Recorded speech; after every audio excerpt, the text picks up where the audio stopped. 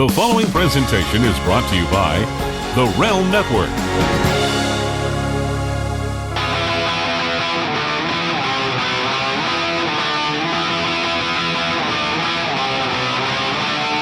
Okay, on this edition of the Bill DeMott Experience, I have I always say I have a chance to catch up with friends of mine, and this is a great occasion for me because here's a close personal friend of mine. He probably won't admit that in public. He will, and I see him with that smile on his face. But I'm going to sit and get a chance to catch up to a great friend of mine, a guy I think who has a tremendous mind, who's highly underrated in and out of the ring. Stevie Richards, Michael Manna. I mean, where are we going? Are we? I don't know. I think that there was a time over the past few years where you wouldn't admit you were my friend. No, let's be honest for a minute. I'm almost afraid to say who my friends are because of the residual heat. Well, yeah, throughout my wrestling career, I think as second to only the people I hung around with, like Raven, I really was kind of a heat magnet myself, so it didn't matter. I have to have surpassed you. No, I didn't say you. No, you absolutely have. No, well, thanks for that. You've shattered all previous records. And that's without trying. That's without these people all spending time with me. You spent time with me. We did. We can get to that, but we actually lived in Cincinnati for a while in the same hotel. Me, you, Dreamer, Raven, everybody. I was like the greatest. In my opinion, the greatest bonding experience and made me love the business again. That really reintroduced me to the wrestling business in 2002. Yeah, we went there. We had a good time. There's a little bit in my whatever the cheap plug is. I guess I'm supposed to hold up my first book and stuff. I talked about Cincinnati, and I did enjoy it because it was a good bonding time for a bunch of guys. And it was great to see Raven sit in Les Thatcher's office all day while we worked our asses off. But that's a whole different. That's where he really honed in on his booking skills. Yeah, what shocked you about that when you were he was in the office while you were saying no, you can do a moonsault, it's fine, and then ping. I was what's that thing that you the thing you jump up, the pogo stick? I pogo sticked myself. Pogo sticked it, and we got to watch Stasiak do it. But Raven, to his credit, he did. Raven and I did become tag team champions during that booking. Absolutely. No, Raven, and actually, I wouldn't be anywhere without him. We'll get to those phases of my career, I guess. But without Raven, whatever the bad or the things we kid about Scotty, I would not even have anywhere near the mind I have for the business or even outside the business without the experiences that I learned from Raven. And he is a master of the he should be booking and creating somewhere. He should be. It's probably his choice. He's not. I'd be surprised if someone didn't reach out, but I also wouldn't be surprised if no one reached out because you have to have rhino skin to be around Scotty. I think we have that now. we're better for it. So we're talking about Cincinnati really quick, and one of the best things that's ever happened in my life. Oh God, I know where this is going. 50 years in my life, the best thing that ever happened. I want you to tell everyone who's tuning into this about the bus. The people we saved on the bus. Oh, there's two stories then. I thought you were going to bring up when I broke the cash register. Yeah, I want the cash register story, but I want the first day. The bus. It was probably our first week, maybe second, third day in Cincinnati and HWA working for Les Thatcher. And just to back it up a second, I just want to say we were you had come over from WCW and you had the whole Stasiak thing, and you guys had two strikes against you anyway before that. I was coming off the fattest time in my life, weighing 262, going down to HWA from the last ditch effort to actually have a job in WWE, WWF at the time. So I was on a big weight loss thing. You guys we were all starting over in some way or another. Right. So we were pretty preoccupied, so to say, with what was going on in our lives. We're driving down that main road, and I think there was an overpass bridge where you walk. It was a walkway, Yeah, walkway. We look over there, and there's a bus accident with people on the bus, stuck on the bus, and me and Bill get on the bus and save the people on the bus. And these people were bigger than we were. I remember Yeah, they were specifically trying to fit a woman through the window. Yeah, we were passing people out the window onto the street, and it was just like it never even made the news. Nothing happened of it. There was no social media really back then to cover it. Right. And it was amazing because we just did it. And then we said, okay, well, I think we were going food shopping for our hotel rooms or something. And we just went and food shopped and went to school the next day and just talked about the bus every so often. In the middle of Cincinnati, in the main road, you have Tommy Dreamer, Stevie Richards, Bill DeMott, and Raven saving people's lives. Raven was supervising. I don't think he was. I'm not sure. Yeah, well, he was there. I mean, if there was social media, Raven was there. Yeah, your psychology in rescuing these people solely sucks. And the guy fell asleep. Nobody hit anybody. Just feed him me. I'll hit my finish. Okay, it's one of my favorite stories because I can still picture that. I forgot about that. That's the only thing I forgot about. It was like our first couple of days in there. It was that was amazing. Our initiation. What felt like, we were there a while. I mean, we went and whatever we were doing on the road for the company at the time, we went right back to Cincinnati. I mean, we were pretty much living in that.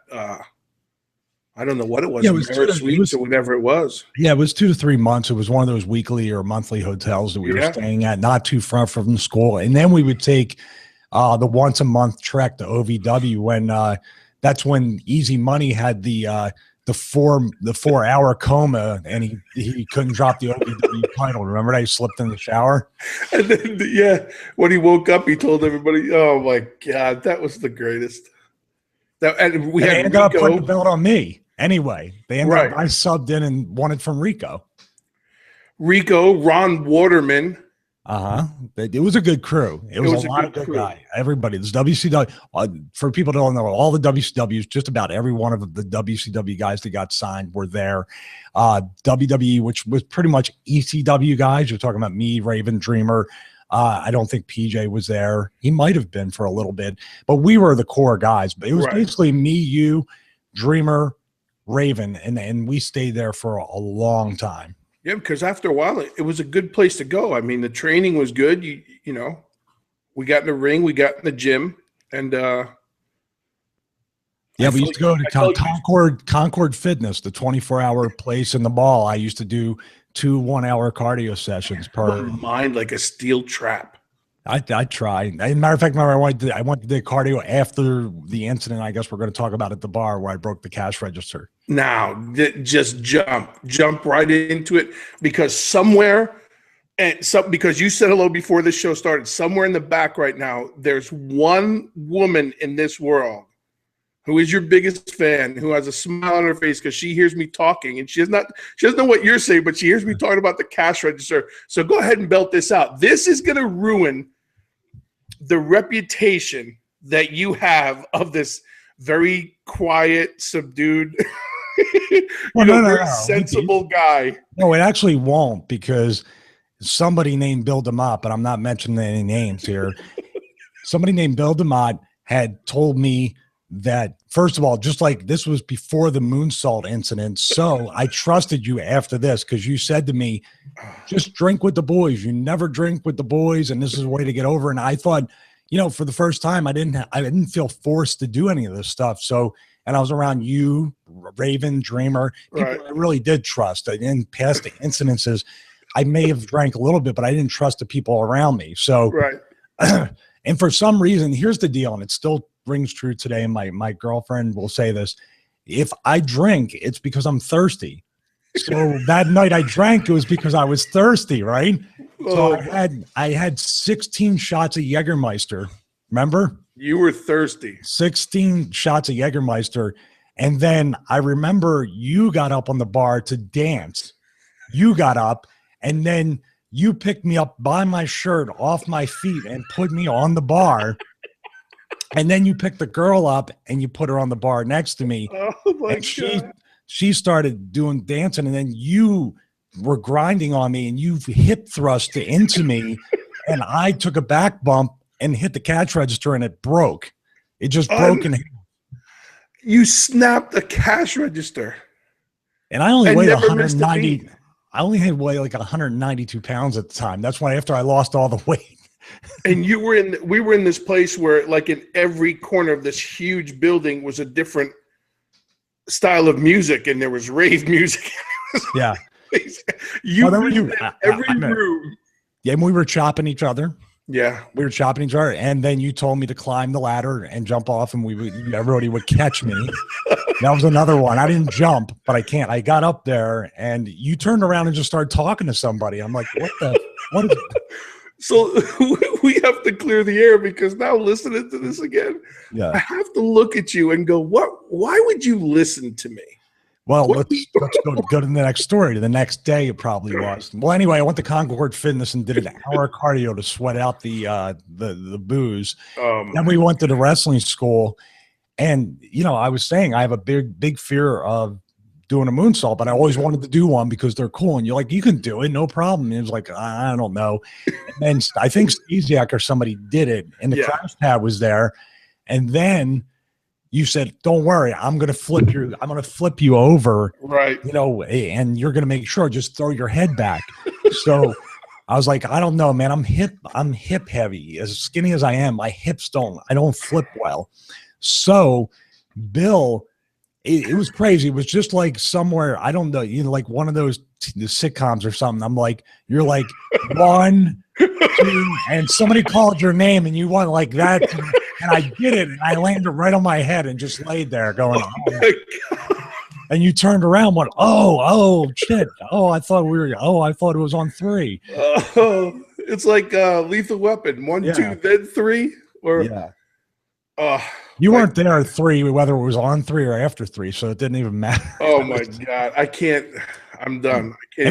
And people may not know this, but I have a little bit of a history of neck injuries. So. Yeah, that's what I'm kind of laughing, because I feel really bad, because I'm reliving that in my head, and it's funnier now. Yeah, because I'm fine. I'm sitting here. I'm not in the wheelchair. Thank God. Yeah, well, thank God, because if I had feelings, I would feel bad. Mm-hmm. But now now I'm good. Now you're good. I know never to try that again. Yeah, but you have to, right? You had to do it at least once. It might have only been once. So it's safe to say never again, and never since that time have you been on the top rope backwards. Yeah, and I always do. This is where Raven taught me. I always disguise it, not in a way of lack of skill or inability, but psychology. Like, why would I do that? That's what 100 guys are doing it. I'll just do this kick. The Stevie kick. The Stevie kick. Dude. Let's fast forward to what I just saw this past week. Did it just happen? Or are you all over the place? You just give me the story about kicking the kid sweeping the ring. The kid sweeping the ring was here's what I've learned. Now, in normal circumstances, say 10, 15 years ago, if someone had said to me, hey, we're going to do this finish where you're beating the guy up or whatever, and he leaves the building, he like runs off, gets counted out or whatever, and that's the finish.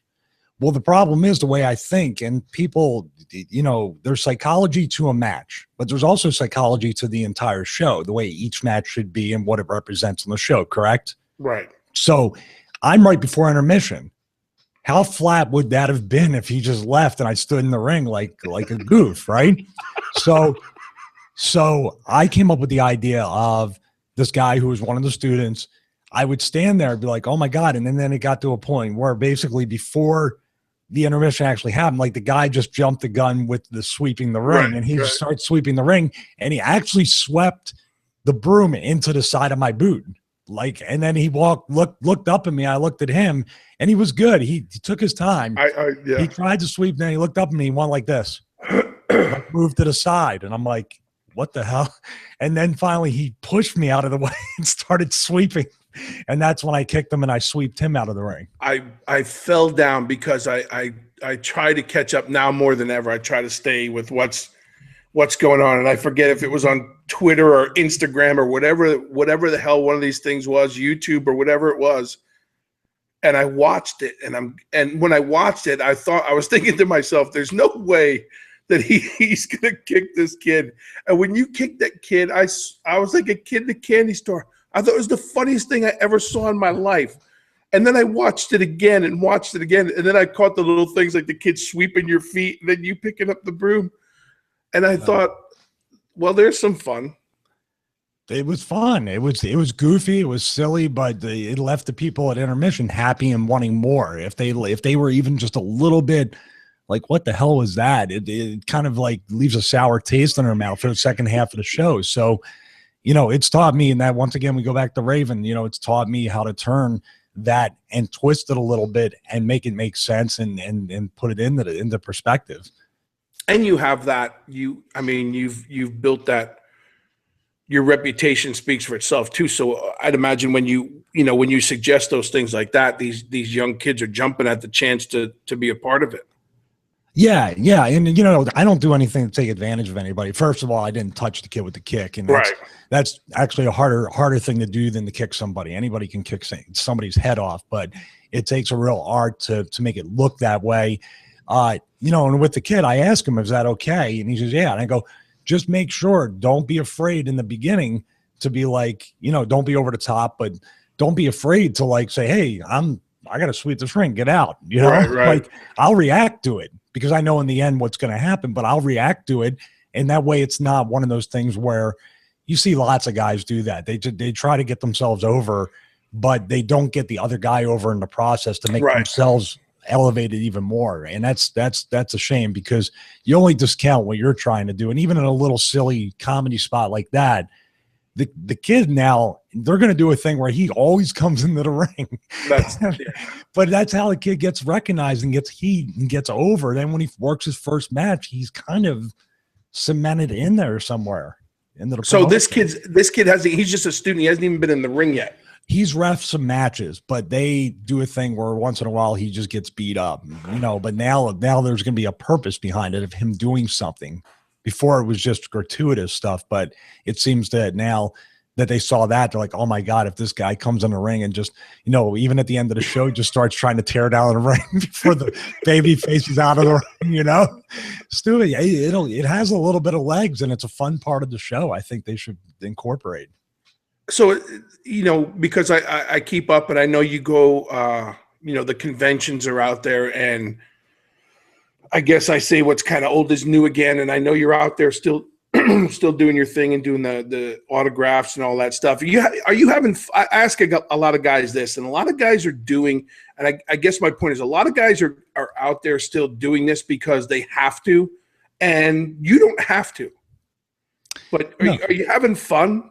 I am having fun. And the thing with those conventions, when I get to see everything comes full circle. So the guys you may have argued with in the locker room or looked at, and they looked at you a certain way, and they're a high pressure, heavy environment of WWE, WCW, even TNA.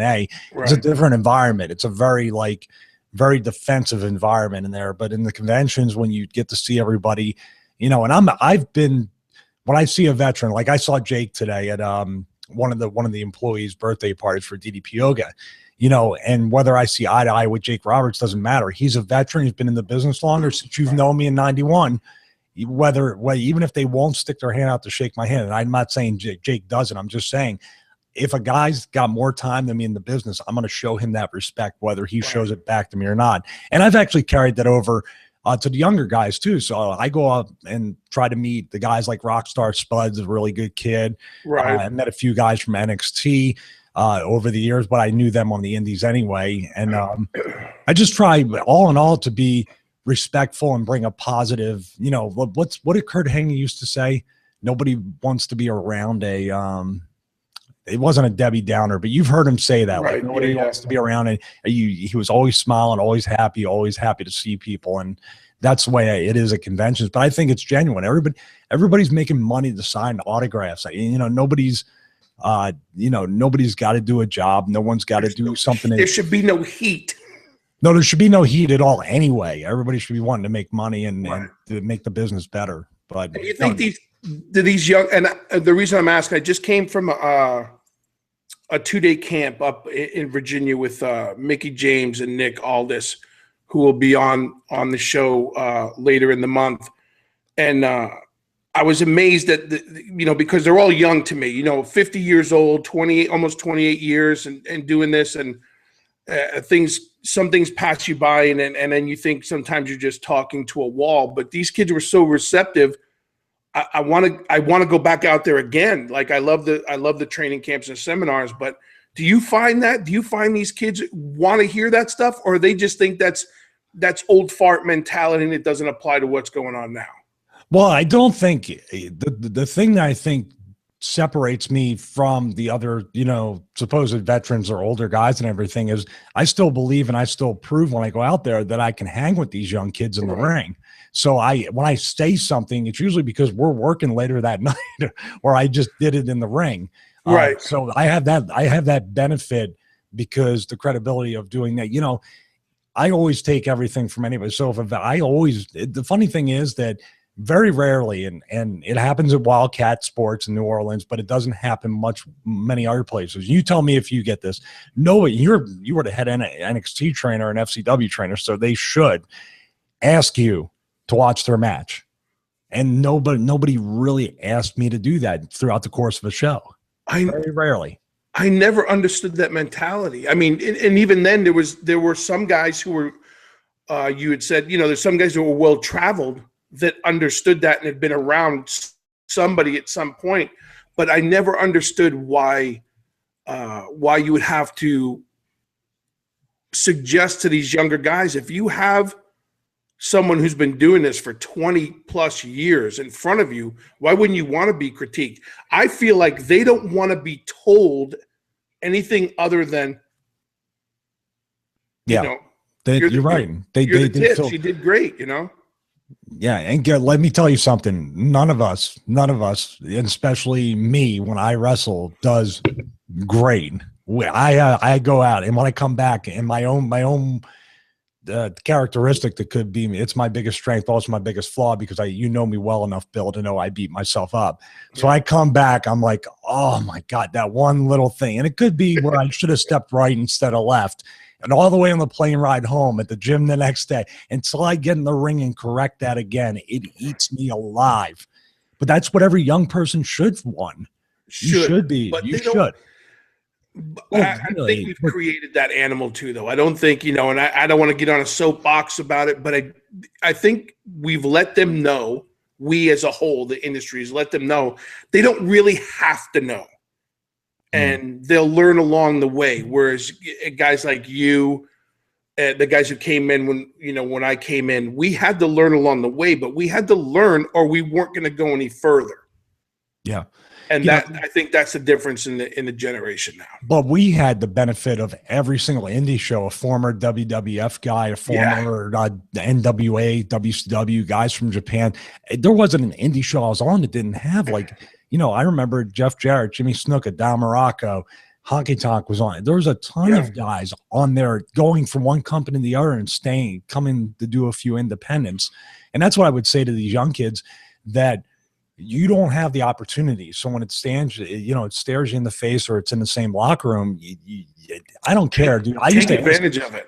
I used to have veterans tell me that you've witnessed some of it. Get the hell away from me. You know what I mean? They wouldn't, but I keep trying to ask questions. And then if they give me that one answer I needed to have, that was good enough for me.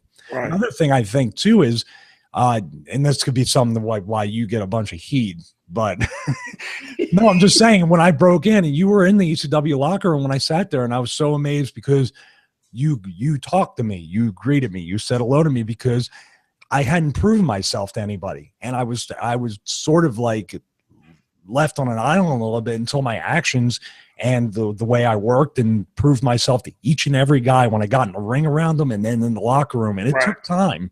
And I don't think that happens a whole lot where guys have that, where people don't, they sit back and watch them and they don't really put them over, to their face until they've proven themselves to a certain degree. Does that make sense? Yeah, but it makes perfect sense. And I always equate it to, there's kids in this business, and I say kids being almost 50. There's kids in this business who have heard the stories of how it used to be and how you had to earn your spot, and they feel like that's the way they should do it. And I'm a firm believer, regardless of what you read, unless you know me, you don't know this, but I'm a firm believer, and I said it at this camp, going back to this camp, when you walk in the door, then I'm in. I want to talk to you, and I hope you want to talk to me, and I'm going to learn something, you're going to learn something. And I took that from Johnny Rodz, and I've tried to apply that all the way through to 28 years later. But I feel like these kids hear the stories of the heyday and the things that were cool and bitching and that made the things what they were. And I think they take it to the extreme of, to your point, yeah, earn your keep and then we'll talk to you. Or, Dusty, who I love to death, one of his favorite sayings was, I'm not going to learn your name for the first 9 months because you may not be here again.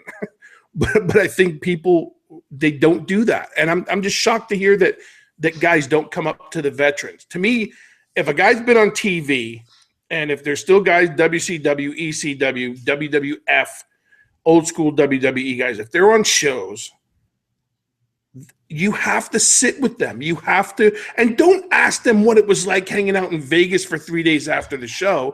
Ask them about the freaking live events, but again, that's my, I'll get in trouble. That's my soapbox, Yeah, I'm with you. And then we're not. And by the way, I'm not saying that guys should get stretched like we were when we broke in. Guys should be tested in the way that we did. In other words, get punched in the face, get kicked in the nuts, get beat, get the hell beat out of us.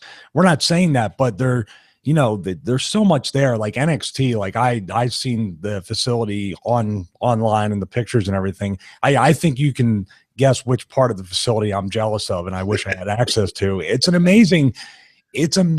And from I'm so happy that the company has really, and Hunter more specifically, has turned that facility into something that rivals the NFL. And I heard him say that's what he wanted it to be. And the strength, the training, the rehab, the important stuff of the healing and recovery too. Those guys and girls have that down there, and it's pretty amazing the strides the company has made to really build their own farm system. Good people say that it's an inbred type culture, that you should be working the indies and stuff, but Hunter's taken now the best of both worlds, and guys from Ring of Honor, guys from Japan, and also guys and girls that have never done anything too. So good for him. But he's taking them, and a lot of the argument coming from, and my opinion is probably biased, but from being there for so long and then on the ground floor, but the argument was, well, you need to be out in front of people. Well, these NXT kids are out in front of 500 plus people on live events, and we still, when they still do the smaller venues around Central Florida, there's still 200-300 people, up to 1,500. Last night, and I'll probably date this show a little bit, last night they did Takeover in Brooklyn to 15,000 people. Mm-hmm. So I'm no mathematician, but 15,000 people, X amount of dollars a ticket, you're looking at a $700,000 gate. I don't care if they never see a percentage of that gate. Those kids, and they're still kids, some of them even battle tested on the indies for years and traveled the world, just put in a great night's work in front of 15,000 people. And they announced they're going to the UK on a tour. If that's not growing the developmental system, there's nothing cookie cutter about that. And that's Hunter, and that's his team, and that's Bloom, and that's Gunn, and that's, up in that Brookside and all Smiley, and it's the strength and conditioning coaches. And for all the good news is you don't hear so much negative stuff. And when you do, it's a big deal, but you're always going to hear that NFL, NBA, all these things. But that performance center is second to none, and the task that Hunter has, and everybody who keeps up with it is unbelievable. So, and it's kind of a segue for me, because I can never stop. I have so many good things to say about NXT and the Performance Center, and the kids there, and how they're coming in and they're learning the right way. And you got guys like Adam Pearce, who just joined, who while he'd never been in the WWE or WCW or all these things, he was the NWA champion, but the guy's knowledge is second to none. And you need a guy like that. And the Brooksides and Norman Smiley, who's still dropping the knowledge on these cats, and Regal's there. And so it's amazing to me, but it kind of leads me, we're talking about the Performance Center and what's going on there, because I was as you were periscoping the new green room, I know Paige has talked about this, and I know when Paige came down when I was there and he did his seminar, which was outstanding, just what the doctor ordered. I know when he took the tour, he was probably taking mental pictures. Mm-hmm. So while he is the flag bearer and the spokesman for everything that's going on there, catch me up to what you're doing, and more importantly, catch me up to the green screen room and things that are going on. Well, excuse me. Well, the DDP Yoga Performance Center, it sounds basically very familiar. That's definitely a destination he's created. He's invested over $2 million in it. So, not just a performance center from the way of a yoga studio or a DDP yoga studio, but also more of a production facility. The green screen, which you saw, which goes from the ceiling all the way down to the floor, is going to be a big part of what we're doing. We basically have studio lighting. We have a kitchen in there. It's going to be live and recorded production, whether it's workouts, whether it's content from the kitchen, whether we rent it out to film studios or production houses, stuff like that. There's a lot of passive income that can be made from the building. But as far as I'm concerned, with my position, besides going out there and teaching DDP yoga in the studio, I'm also going to be hosting those workouts with Dallas, with Christina, with everybody from there. We're going to reshoot the DVDs. We're going to reshoot those. Yeah, we're reshooting the workouts because he is like, here's YRG. It's like nails on a chalkboard. So he wants to rebrand it, shoot that, but he's got a studio now. He doesn't have to worry about renting out the equipment, the studio, the staff. He's got everything in-house. So we're going to do that. And also we're going to record a ton of workouts and content for our app that's coming out by Black Friday on iOS and Android. So, and I'm part of that app testing team too. So I'm a lead instructor. We've rebranded ourselves as celebrity trainers. That's what we want to call them. And me and Christina and Dallas and I came up with, because of the P90X, the Beachbody people, that refer to as celebrity trainers. But we really do train celebrities. There's musicians and actors and wrestlers and people that come in, and whether we train them in a class, or I have people that I train on the side with personal training too, whether it's DDP yoga or doing the strength and conditioning stuff, because I still love all aspects of fitness, Bill. I still, want to do the Beachbody workouts, want to try out parkour, want to try out CrossFit. I just love it all. So but how did you get, like I've tried, I've tried to keep up with how I lost somewhere in the transition of you and DDP. Like you're a computer. I know you got the games and the apps and your show, and you can talk anybody through anything, and you've got that all figured out. And then all of a sudden, when I heard what seems like 4 years ago, you were the lead instructor, and now you're the head guy with DDP and leading the charge. How did that happen? Because I didn't know that you and Dallas even knew each other. Oh, man, Dallas and I knew each other since ECW with Raven, and then I worked a lot with him in WCW. We didn't really get to know each other, but when we hooked up again in WWE, and when I came back from Cincinnati, he saw the work ethic, he saw the weight I lost. We kind of got to know each other a little bit, but then I saw him a lot of times on conventions, and he was always talking about DDP yoga. Now, I'd done regular yoga, and I liked it okay, but it was a little boring. And when I was in TNA, I dove off the platform, and ironically enough, me and Tommy both got the same knee injury in the same brawl in the same night. But my knee had given me a lot of trouble, which had never happened before. And then the doctor told me I needed some work done on it, and I wanted to avoid getting cut. So I talked to Dallas, and he said, just do it. I did it, and I was pain-free. Now, I think I was pain-free. It took me longer to get pain-free from my knee, because I still like being on the elliptical, on the bike, on the arc trainer, all that stuff. So there was still some impact on my knees. But in a couple months, my knee was really pain-free, and all the other stuff started to happen. And then I ended up leaning out just a little bit more. And that's when I was in TNA. And, I want to get back to that 8x10 picture I have with. Get back to it. You look great now. Well, thank you. No, I got a little bit of stubborn belly fat at 44, so I'm trying. You are never. I hope you never do, but you're never going to change. You're always hard on yourself. Well, I think fantastic. Well, I appreciate that, but that's something I was too content with myself when I gained all the weight, and that's way back. Right. And I might have gotten obsessive, but I got obsessive. I think in a way where it benefits me. I don't stay up all night beating myself up. I just say, okay, tomorrow I got to work harder at the gym. I got to work harder at this. And now that I'm instructing other people, and they see me out there, and I'm going to be back on the app, and basically back on a TV type basis with Dallas.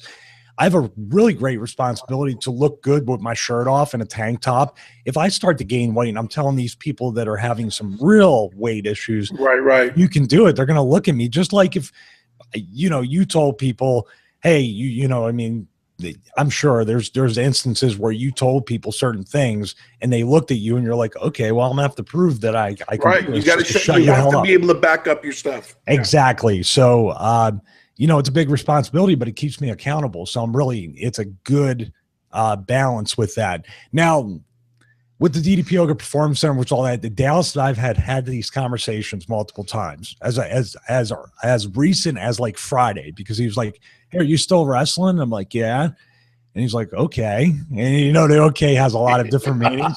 And I'm like, Dallas, I go, and I don't know if this is a stupid thing or just a stubborn thing or both, but I still have that chip on my shoulder, Bill. I still feel like I still, not one more run. I'm not one of those cliche type guys, but I still feel like physically I have a lot to offer. And I was offered the trainer job way back in FCW in Tampa, and I turned it down because I felt like I could teach guys up there. I wasn't done teaching and learning. And for whatever people think as wrestling fans, well, you lost every match against Kevin Thorne and this guy and that guy.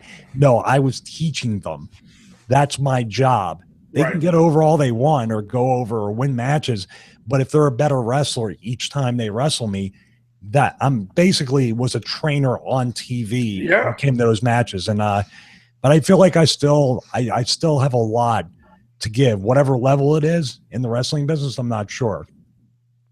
So Dallas is wanting you, without saying it, is wanting you to put that to the side now and focus strictly on.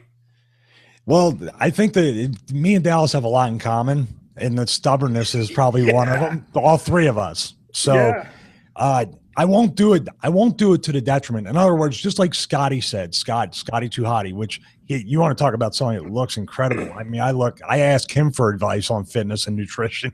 Yeah. It's incredible.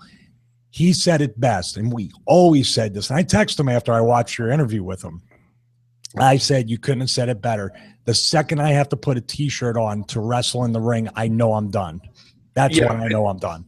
When he said that, and then when we were sitting there, and part 2 of that interview airs this Tuesday coming up.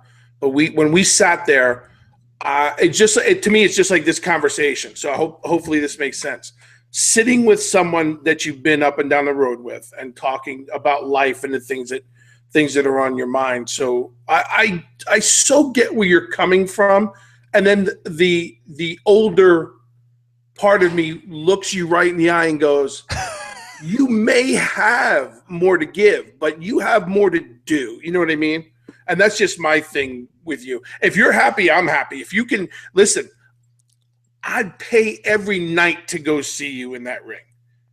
And when I get up in that area, I'm gonna come and see you. And if I see you wrestle, great. If I never see you wrestle again, great. And do you have lessons to teach those kids? Yes. Will they learn them? Who knows? But you have so much going on. And like I said to Scotty, and I've said this to everybody, it's all good things. Like, and I love to see you on Periscope, and I love to see, and the fact that you answered my whatever that is, I don't even know what it's a tweet or whatever. I was driving to the dentist or something, and I saw you on it, and I told Lacey, I said, I hit him up, and he started talking to me live on Periscope. Yeah. That's all I need. I didn't make TMZ or something, or some wrestling website. Probably because that had something to do with me. It'll never get any coverage. Well, that's what I figure. I figure there's two guys. I'm the other one. That is I do Periscope. I don't know why, but they tell me that's the thing to do. But I'm glad you're happy, man. And, wrestle as long as you want. Let's put it this way. It's great. Scotty's another case. And you know what? I want to, on a side note, these wrestling fans are these people, there could be trolls or just people that judge what they look at. Life is all about trying different things. Yeah. Believe it or not, even though I'm at the DDP Yoga Performance Center, I still take it day by day. I still feel like, just like you are right now, and just like Scotty is, we're still in that transition from the wrestling business. It's not an overnight thing, and it's not an easy thing, but we try different things, whether it fails, whether it succeeds or whatever. Scotty tried the firefighter thing. He got his certification and realized not for me. Now he's doing real estate. I admire that more than anything when somebody tries something. And, for those people that just sit back and don't do a goddamn thing and criticize everybody else for trying different things in their life. Abraham Lincoln failed more than ever before he became president of the United States. So failing is not such a bad thing. Yeah. And that's the truth. The transition, if you did this for 3 years, the transition is probably easier, but and that group of guys you're talking about, and it's you and me and Scotty, and Scotty and I talked about this a lot off the interview as well. It's not an easy transition. Baldo and I have talked about it, and I talked to a lot of the guys and girls. I was with Mickie James and talked to while she's still active, trying to find that thing. Whether you have an college education before this business or not, if you've been doing this for an amount of time and had some level of success and you've been all in, the transition's hard because I think mentally people feel like I can't speak for everybody else. They're afraid, right? I'm not going to reach that level of success I had, or I'm not going to be important. And I could care less if I'm loading boxes in a truck again at FedEx, because I've done that too. So you got to keep trying. And that's the Bill DeMott Experience. That's where I'm going. And I want to talk to everybody who's taken that leap of faith. And I'm sure we're going to come across guys and girls that go on to be successful in other things, and some that can't let go. And Scotty and I talked about that too, but it's hard and you have to try. That's the biggest part. If not trying is failing. Yeah. The best thing about my position, your position, and Scotty's position right now is the choice. The choice. Right. Am I going to, and I'm not reaching out to promoters saying I want to work for nothing and do this and prove myself and do that, whatever.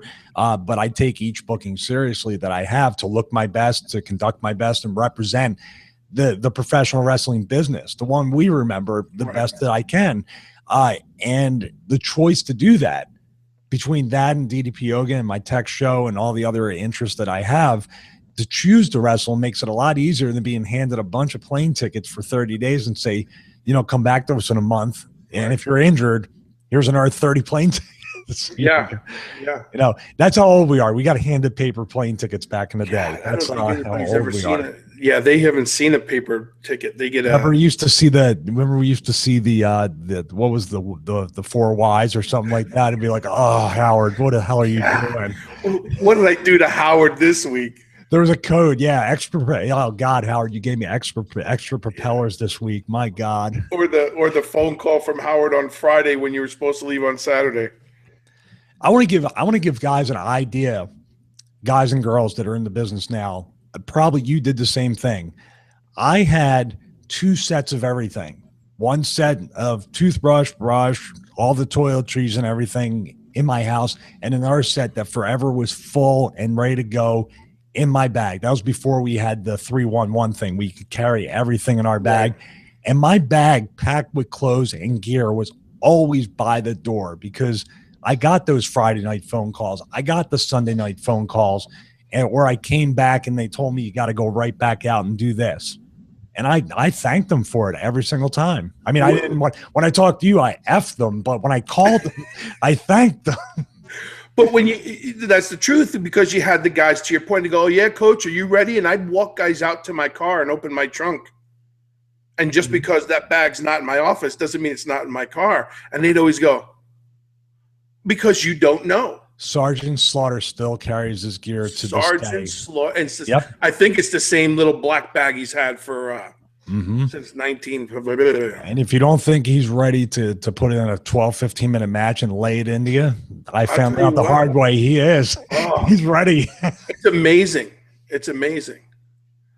Well, I'm just glad we had a chance to catch up like this and share some. How old were you when we sat down in ECW? Oh man, this is before I even won the tag belts. This is before I even got really pushed with Raven. You were Eli the Eliminator or Eli the Terminator, right? Crash the Terminator. Why did I did call you Eli a couple times. Why did I do that? Who the hell was Eli back then? Eli, I don't know. The only Eli after that was Eli Manning. So it was like, I don't know. Go Giants, but that has nothing to do with this. So yeah, I don't say that. You were how old? 19? When I first started, I was 19. When I was probably in the locker room with you, I was probably 22. Man, 22. I was telling a story at this camp in Virginia, and I was telling a story how I was making most of my bones in Japan and things like that. And Bam Bam Bigelow sat down next to me in a gym in New Jersey and started dropping the knowledge on me. And out of the 20 kids there, I'd swear to you 13 were looking at each other and wanted to ask me who Bam Bam Bigelow was. And it was such a reality check to me. Part of me wanted to be so mad. And then the other part of me, to your point, was then I had to sit there and take that time to explain the conversation and why it was important and how it affected me through the rest of my career. And then hopefully my biggest thing is you hear it all the time now. If you don't know who it is, Google them. Mm-hmm. And I leave everybody with Google them. But I don't know when it got to the point where you had to tell someone to Google Bam Bam Bigelow. This is the soapbox I'll always be on. If you're going to get in this business, whether it's sports entertainment or pro wrestling, you better know something. I hear too much. Well, I'll learn it, and I really don't. You better learn, because there are cats. And I believe wholeheartedly that Hunter's one of them. And you have JBL who's still there, and JBL as well as anyone. And while it's a dying breed, God, dog, I wish they'd learn this business instead of just thinking that Cesaro just came out of nowhere. Well, God, I mean, we had to buy VHS tapes to watch guys and gladly do it without being told, but they have YouTube today. I'll tell you this. Any young guy out there or girl out there wrestling all around this world, I know who you are. I watched endless amounts of YouTube videos, and you know how much cardio I do, Bill. I watch it during cardio, and I watch stuff in Japan, or I'll search, cards and look at the independent cards, and I'll go like, well, what's this guy? This looks like a good match, and I'll see if there's a YouTube video on it. I'll sit there and I'll watch it. And sometimes I'll comment on it and say, hey, next time maybe you should do this. Yeah, they have to do that. A lot of them do. I don't want to make it sound like there's not any that do. No, your crew's great. That crew down there, it shows through. That's why they drew 15,000 people. That's why they drew 15,000 people without 1 ounce of promotion outside of 2 hours of social media. They just announced they were going on sale in 2 hours. And and you always get the side note in the social media. Oh, they got the machine behind it. I got news for you. The machine is behind it because of the work ethic, because of the kind of people that are leading it and how they work. One of these episodes I'm in, I'm going to lose my mind and I'm going to go after that subject. But yeah, it's not everybody, and it's good to see it coming back, because there's a lot of it's a terrible phrase now, old school, right? But it's that old school mentality with a new school way of doing things. So hopefully it continues. But when I was just curious as you were out there, and I saw that kick to the kid, the janitor, and while I enjoyed that part, I wondered if everybody understood why it happened and what the significance was. And it goes back to, you got a lot more to give, but don't do it at the expense of everything else you got. No, going. It's not. I'm not going on a suicide mission or anything. It's not like I'm looking forward to taking some like, I don't want to get in there and start trading kicks with like Kyle O'Reilly or Stevie Richards or anything. Right. I'll wrestle a kid, Dalton Castle, with it. Looks like he looks like he's a bunch of gaga. I'll get in there with. Do you know Soma? is a bra. Oh yeah, I saw the commercial just before I came in here, and I went. I see that. Well, I take a picture of the front of the store, and I texted to you. Remember? I'm like, can you believe this? I was listening to the TV, and I'm over here doing something, and I'm working. And go Soma, and I went. And it's just a reaction. You thought they so were for everybody who understands that legalized it or something. Here's a free omelet. I went, where'd that come from? So this is what I'm going to leave you with, because you're not going to appreciate this at all. But I thought of you when I saw this commercial because of you and your cats. Oh, I love cats. I saw the Geico commercial where the guy's running and he goes in the quicksand and he's telling the cat to go get help, and the cat just sits there and looks at him. So why wouldn't I appreciate that? My cats would. My cats would. Your cats would save you? They would go and call for help. Well, you are upset. I'm not obsessed with cats. No, you are obsessed with cats.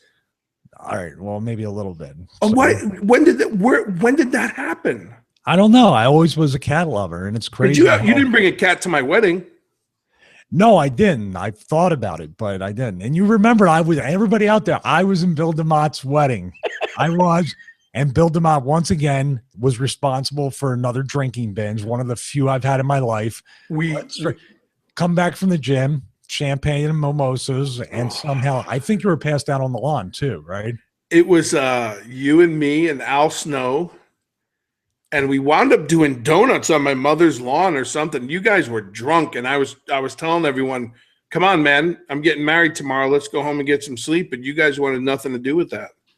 Yeah, I actually still have the picture of you from was at the bachelor party where you were at the urinal with the cigar, and I still have that song. I still have your wedding picture. Yeah, not that one. It didn't last that long. I hope it's not the same one. I always have a cigar, but I do remember that. I was in Bill's wedding party. But a little known fact for people that don't know if me and Bill DeMott ever cried, because you're a lot more famous to me now, Bill. Whether you want to be or not. No, I'm infamous. I'm infamous. You've done something when your mother on a regular basis. My mother will text me, FaceTime me, and go, "What are you doing?" Like, I'm 50. You don't have to check up on me. But she's a big. Needless to say, my mom at 70. Well, you're Italian, right? Yes. Well, that makes sense then. The Italian moms don't care. You're still their baby. Once she hears my name in public, she has to know why she's hearing it. God. So you can imagine those conversations. You know what the funny thing is that people don't realize that probably on a whatever given day it is, I may be a bigger heel than you. The general public may not. Let's clear that up right now. Like, of the two of us here talking, you are the heel. That could make me the most hated person in the whole wrestling community. No, they'll probably love you because you've hit it so well. But I'm here to tell everyone straight away, like, you're the nicest guy in the world, but you're a bigger heel. I can be. I can get away with giving someone a look. You'll go at them verbally. Just because I'm actually still told about that in my current position. Why do you feel the need to just go up and tell them to, like, go fuck off? No, they just, because someone told me one time, and it snapped me out of being an asshole, and I'm trying to help this person not be an asshole. So there's got to be an HR division in this performance center you're at. Yeah, I mean, yeah. If there's not, you're going to make sure there is one. I've taken a few classes myself. They don't help, but I feel. No, we have a great crew. In all seriousness, we have a great crew, and it is like a family. It's really tight. I know we've heard every time I hear that saying, even if it rings true, I roll my eyes because I heard that family line in so many talent relation meetings. Yeah, I heard family, and you have a job for life, and this and that. And remember when Johnny released me, he was like, "You can come back anytime," and I said, "Okay, I'll see you Monday." I want to come back Monday. Yeah. I love the sayings that they don't even realize, but they have to. What about the day we all got, and this crash, I'm knocking on wood, when our phones went off one right after the other? Oh, yeah. We all got pay cuts. But that's what I forgot to mention that because the bus story came up. We had just rescued people from the bus and we went back to the room and we all lost anywhere from $50,000 to $100,000 in like a matter of 5 minutes. Crash got the call. I got the call. Then you got the call. And we're like, did we just like lose we lost like what equivalent to like a 5-bedroom mansion in 5 minutes. Yeah. What are we supposed to do now? I'll never forget that. But it's the quality of life speech that #quality of life. It sounds so cliche, but doing all that in that particular time was the best thing that could ever happen in my life. Really, as it built relationships, it built bonds that have not broken to this day. And it's prepared. I'm a believer. It's prepared me for things that are going on now, and whether you like them or not, it's prepared me to deal with situations. Mm-hmm. So while I don't wish a lot of people to go through the things we've gone through, it is, and the relationships are strong.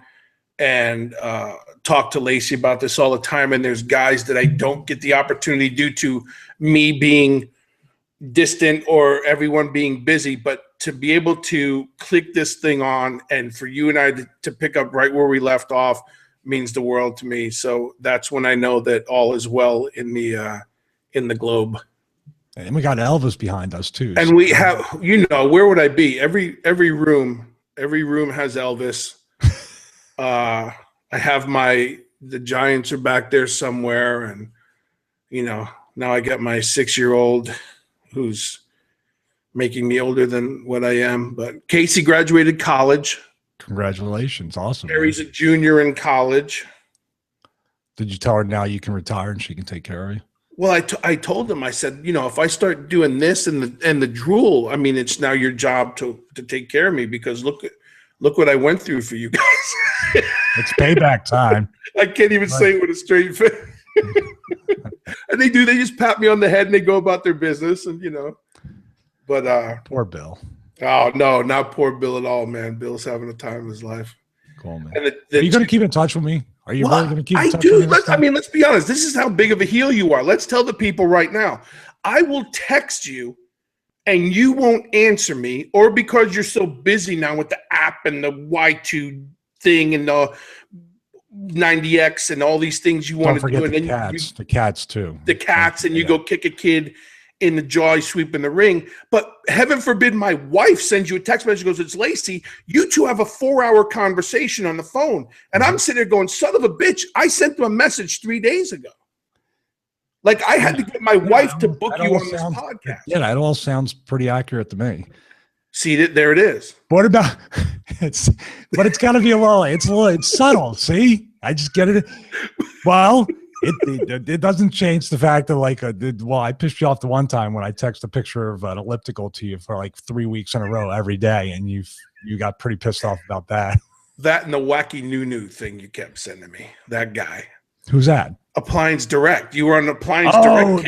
The Appliance Direct guy with the eye patch. You're not far from him now. No, he's right here somewhere. That's right. I met him. I had my picture taken with him. And you sent that to me forever, and I threw my phone away. I'm like, these drive me nuts.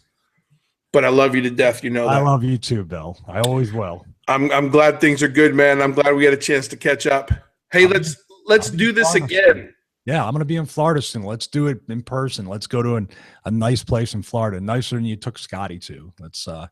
That was a beautiful place. He's Scotty's the smartest guy ever. He loves Disney. He wants to live in Disney, work in Disney, and he's got it all. And he's got it. And his kids are great. It was a great episode. You and I promise me we're going to do the Bill DeMott Experience.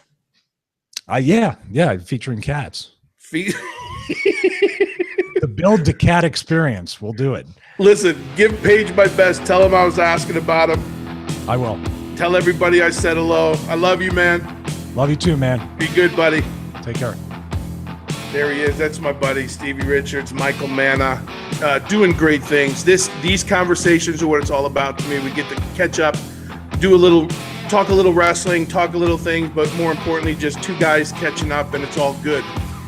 Do what you say what you mean what you do.